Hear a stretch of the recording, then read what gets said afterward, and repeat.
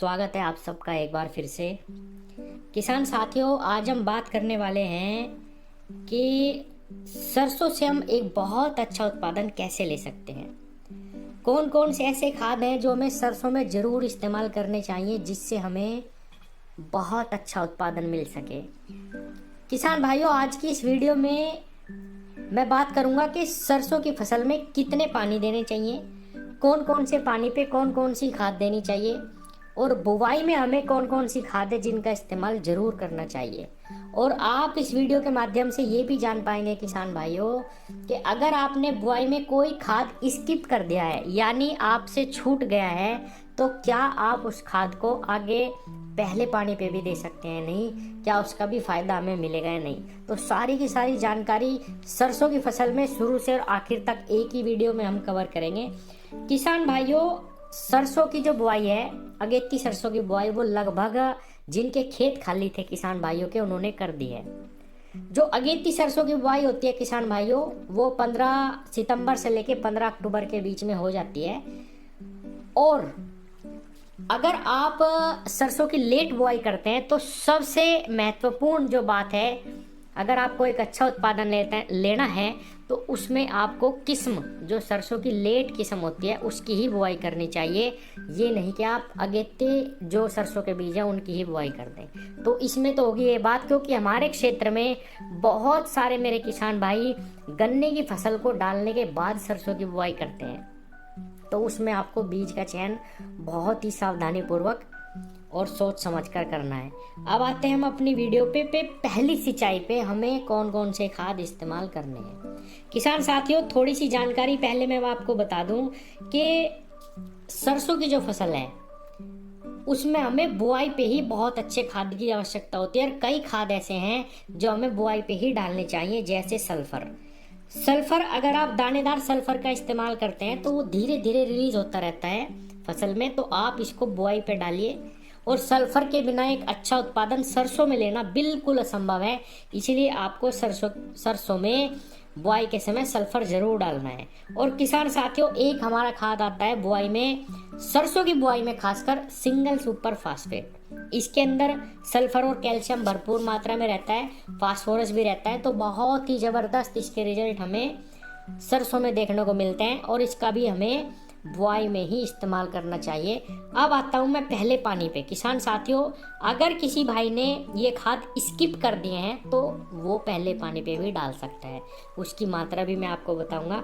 किसान साथियों, सिंचाई की अब मैं बात करता हूँ, क्योंकि जिन मेरे किसान भाइयों ने अगेती सरसों लगाई हुई है उनका समय आ चुका है पहले पानी देने का, या 10-5 दिन के अंदर वो पहला पानी कुछ मेरे किसान भाई देंगे और कुछ 15 दिन के बाद भी देंगे। तो बहुत जो है आवश्यक है जानना कि कौन कौन से खाद हैं और कब हमें पानी देना चाहिए।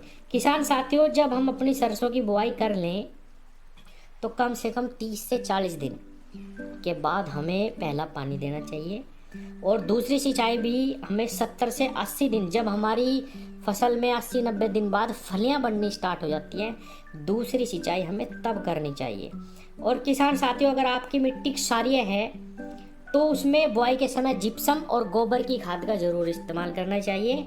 जिप्सम की जो मात्रा है वो 50 किलोग्राम प्रति बीघा, यानी आप कम से कम 2 क्विंटल तक जिप्सम डाल सकते हैं। बहुत ही ज़बरदस्त लाभ आपको मिलेगा अगर आपकी मिट्टी क्षारीय है।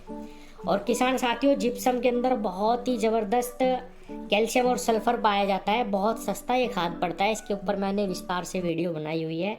तो किसान भाइयों, पहला पानी हमारा 30 से 40 दिन हो गया, दूसरी सिंचाई हमारी 70-80-90 दिन पे हो गई। अब मैं आता हूँ खाद पे। तो अगर इसकी मैं पूरी मात्रा आपको बता देता हूँ कि सरसों की फसल में हमें कौन कौन सी खाद कितनी मात्रा में डालनी है। आपने अगर यूरिया बुआई पे इस्तेमाल करा या आपने सिंगल सुपर फास्फेट इस्तेमाल करा तो आप उसका रेशियो अपने आप निकाल सकते हैं कि भाई मैंने कौन सी खाद इस्तेमाल कर ली और कौन सी मुझे अब पहले पानी पे करनी है। किसान साथियों, सरसों की फसल में 40 से 60 किलोग्राम हमें नाइट्रोजन की आवश्यकता होती है। आप 25 से 30 किलो बुआई पे इस्तेमाल करो और 30-40 किलो आप पहले पानी पे भी इस्तेमाल कर सकते हैं, आपकी नाइट्रोजन की पूर्ति हो जाएगी सरसों में। 50 से 60 किलोग्राम हमें फास्फोरस की ज़रूरत पड़ती है। वो इंक्लूड है हमारी चाहे हमने बुआई में इस्तेमाल करा या हम पहले पानी पे डाल रहे। अगर बुआई पे डाल ले बहुत अच्छे रिजल्ट हैं, और अगर आपने नहीं डाला तो आपको पहले पानी पे ज़रूर डालना चाहिए 50 से 60 किलो फास्फोरस। किसान भाइयों, 20 से 40 किलो हमें पोटाश की आवश्यकता होती है सरसों के एक उन्नत उत्पादन लेने के लिए, और 20 किलोग्राम सल्फर की हमें आवश्यकता होती है एक बहुत अच्छा उत्पादन लेने के लिए। तो किसान साथियों, ये 4-5 खाद है, ये ही आपको इस्तेमाल करने, और इनकी मात्रा मैंने आपको बता दी है। अगर आप इतनी मात्रा इन सभी खादों की लेते हैं और सही समय पे बुआई करते हैं तो निश्चित रूप से 2 क्विंटल का बीघा सरसों निकल जाती है, सही समय पे अगर सरसों की बुआई करी जाए। पिछले 1-2 साल से मैं देख रहा हूँ कि सरसों की जो ट्रेंड है, जो रेट है, वो बहुत अच्छा मिल रहा है किसानों को, और सहफसली के रूप में भी गन्ने के साथ सरसों की बहुत ज़्यादा बुआई हमारे क्षेत्र में करी जा रही है। तो किसान साथियों, सरसों एक बहुत ही अच्छी फसल है, बहुत ही कम समय में तैयार होने वाली फसल है। इसकी बुआई हमें ज़रूर करनी चाहिए।